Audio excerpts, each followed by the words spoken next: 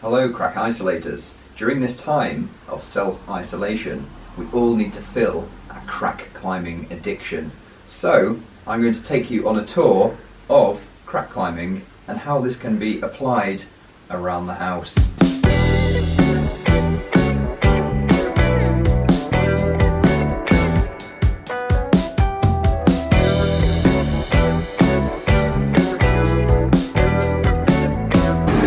That's going to build some resistance on the back of your hand, definitely.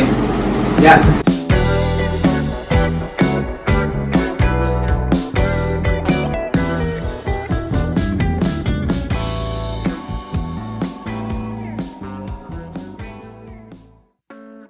So the first technique that we're going to look at is tips in finger cracks.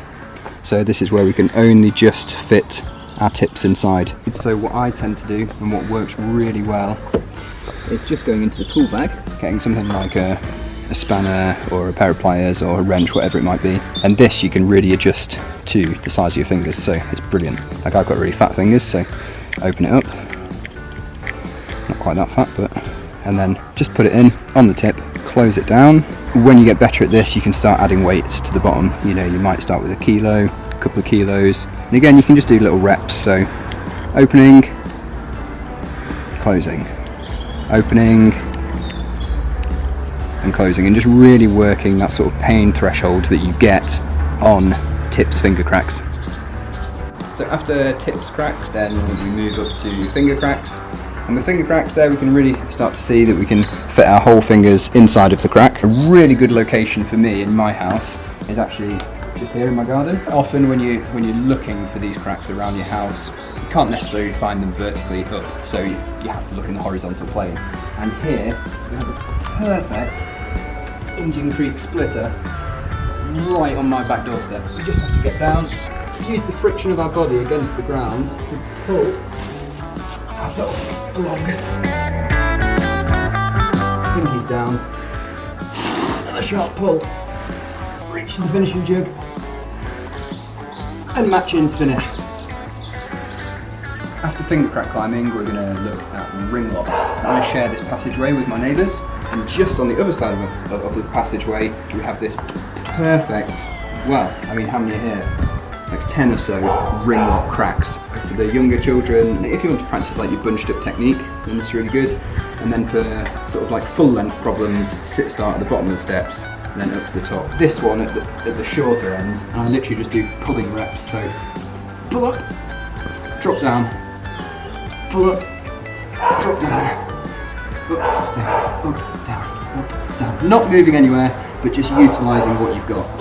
And then when you get good at that, you can move on to the longer length crack where you actually have to pull with one hand, do some moves, making the most of the facilities and making the most of the length. Sit start.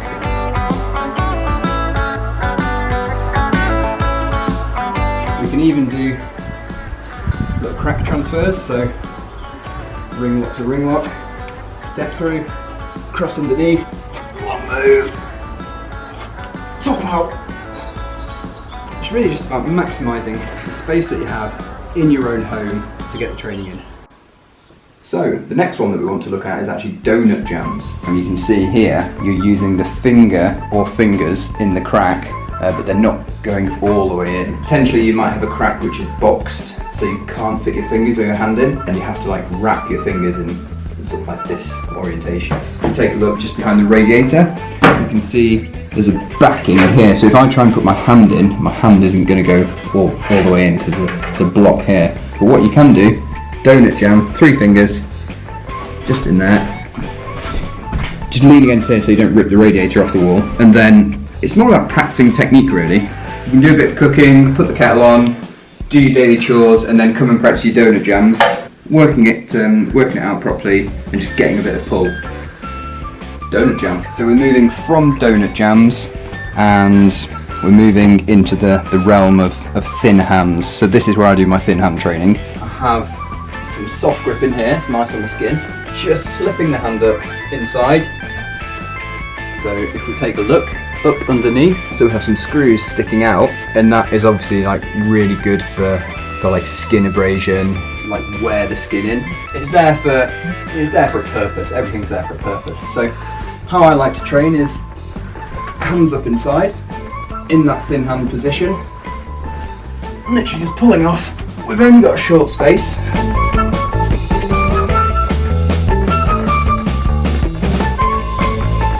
And then a little cheeky spin. Really working that thin-handed roof crack technique in a very small area. And then if you want to link it into some crimp moves, onto the Beastmaker, into the slot, up to the jug. And that's where we work out. So next we are moving up. We're looking at hand jams now. Now hand jams are really like the staple of anybody's diet. So when we talk about diet, we want to be in the kitchen, so we're back in the kitchen again. Where I like to practice my hand jamming is actually just in between the work unit and the washing machine. Hand in and really focus in on that technique. The reason why I like to do it here is because when you have the washing machine on, obviously shakes quite a lot. This is good for like the back of your hand, helps with that like pressure wound that you get when you're climbing. So that constant vibration from the washing machine really like wears the hand into that sort of constant bruising and abrasion that you might get with a lot of crack climbing. So I could sort of toughen up the skin on the nails, and then I toughen up like the bones on the vibrations of the washing machine. Hand in, washing machine on, set it going, and just, yeah, really tense it up and work it. So we're just going to test this out now. Dirty washing in the washing machine. And now what I like to do is turn the spin up to like maximum, and that gives you the biggest vibration. Keep it at a low temperature because you don't want it overheating. Off you go, bosh.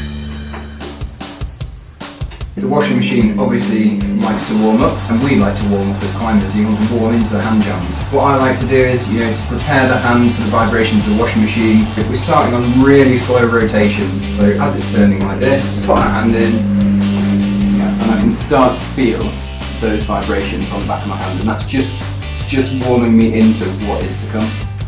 Okay, so now we can see that the washing machine is really going for it. We get our hand in between. Oh yeah, and now we're getting some little pump on the back of the hands. Get both hands in there. Yeah, now we can really start to feel the shake. And after a while, that's going to build some resistance on the back of your hand, definitely. Yeah, good. What we really want to do around the house is sort of utilise the space and the facilities that we have. I go straight from hand cracks, I go into fist cracks. We don't have to go very far, We're moving from our hand jam and then into a fist jam on the other side of the washing machine. A little bit lower is a little bit tighter, and then a little bit higher, and you can start to come out into that teacupping technique. And we can just practice switching the jams.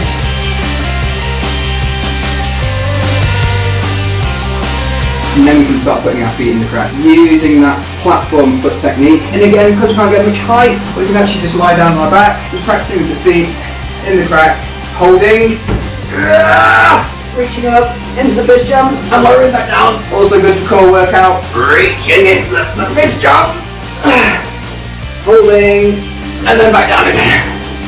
If you want to see more, make sure you subscribe, because part 2 is coming very soon, and we're going to be looking at slightly wider techniques. So thanks for watching, and see you soon.